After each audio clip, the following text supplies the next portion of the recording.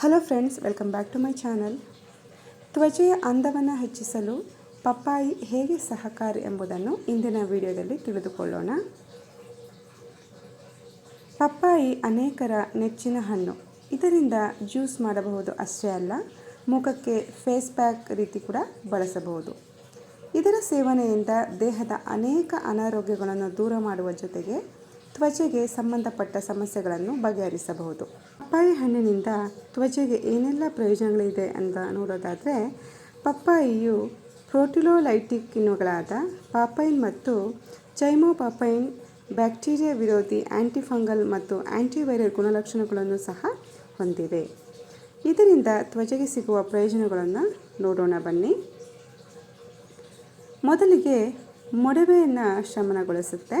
ಅಂದರೆ ಪಪ್ಪಾಯಲ್ಲಿರುವ ಪಾಪೈನ್ ಮತ್ತು ಚೈಮೋಪಾಪೈನ್ನ ಪ್ರೋಟಿಲೋಲೈಟಿಕ್ ಕಿಣ್ವಗಳು ಉರಿಯೂತವನ್ನು ಕಡಿಮೆ ಮಾಡಲು ಸಹಾಯಕವಾಗಿವೆ. ಇದರಲ್ಲಿನ ಪಾಪೈನ್ ಅಂಶವು ಮೊಡವೆಗಳನ್ನು ಕಡಿಮೆ ಮಾಡಲು ಸಹಾಯ ಮಾಡುತ್ತದೆ, ಹಾಗೆ ಸುಕ್ಕು ಕಡಿಮೆ ಮಾಡುತ್ತದೆ. ಪಪ್ಪಾಯಿಯು ಲೈಕೋಪೀನ್ನಂತಹ ಉತ್ಕರ್ಷಣ ನಿರೋಧಕಗಳ ಸಮೃದ್ಧ ಮೂಲವಾಗಿದೆ. ಇದು ವಯಸ್ಸಾದ ಚಿಹ್ನೆಗಳನ್ನು ಮತ್ತು ಸುಕ್ಕುಗಳನ್ನು ಕಡಿಮೆ ಮಾಡಲು ಸಹಾಯ ಮಾಡುತ್ತದೆ. ಚರ್ಮವನ್ನು ಆಳವಾಗಿ ಸ್ವಚ್ಛಗೊಳಿಸುತ್ತದೆ. ಪಪ್ಪಾಯಿಯು ಸಹಾಯಕ ಕಿಣ್ವಗಳು ಮತ್ತು ಸಸ್ಯ ಆಧಾರಿತ ಉತ್ಕರ್ಷಣ ನಿರೋಧಕಗಳಿಂದ ಸಮೃದ್ಧವಾಗಿದೆ. ಇದು ಚರ್ಮದ ರಂಧ್ರಗಳನ್ನು ಸ್ವಚ್ಛಗೊಳಿಸಲು ಮತ್ತು ತ್ವಚೆಯನ್ನು ಕಾಂತಿಯುತವಾಗಿ ಮತ್ತು ಸ್ಪಷ್ಟವಾಗಿಸಲು ಸಹಾಯ ಮಾಡುತ್ತದೆ.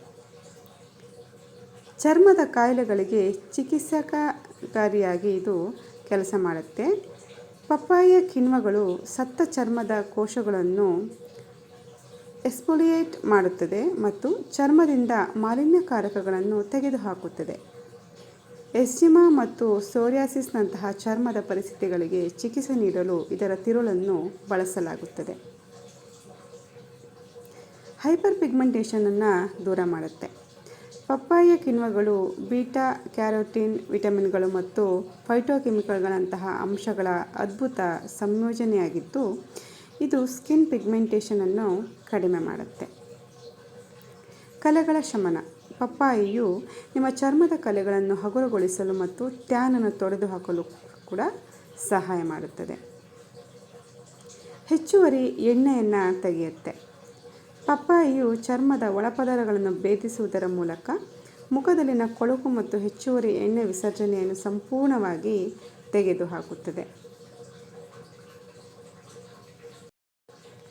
ಇವತ್ತಿನ ಈ ಮಾಹಿತಿ ಯೂಸ್ಫುಲ್ ಅನಿಸಿದರೆ ಪ್ಲೀಸ್ ಒಂದು ಲೈಕ್, ಶೇರ್, ಕಮೆಂಟ್ ಮಾಡಿ. ಹಾಗೆ ಇದೇ ರೀತಿಯ ಇನ್ನೂ ಹೆಚ್ಚಿನ ವೀಡಿಯೋಸ್ಗಳಿಗಾಗಿ ನನ್ನ ಚಾನಲ್ನ ಸಬ್ಸ್ಕ್ರೈಬ್ ಮಾಡ್ಕೊಳ್ಳಿ ಅಂತ ಹೇಳ್ತಾ, thanks for watching. See you in the next video.